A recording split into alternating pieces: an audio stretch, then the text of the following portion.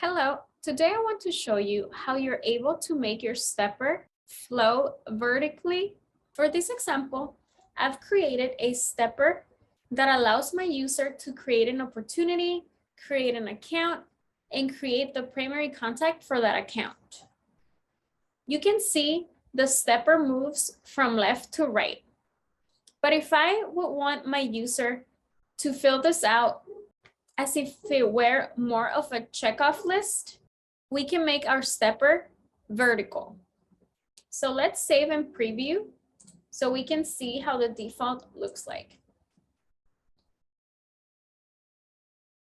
So here, if I start on create opportunity, and then we move to create account, we're moving horizontally.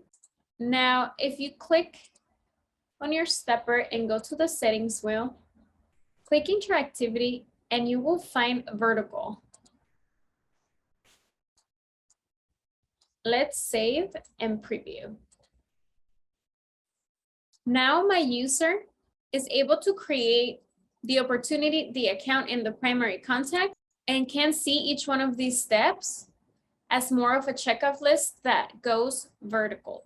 This is a great option, and it's really up to you and your project to choose how your stepper will be arranged.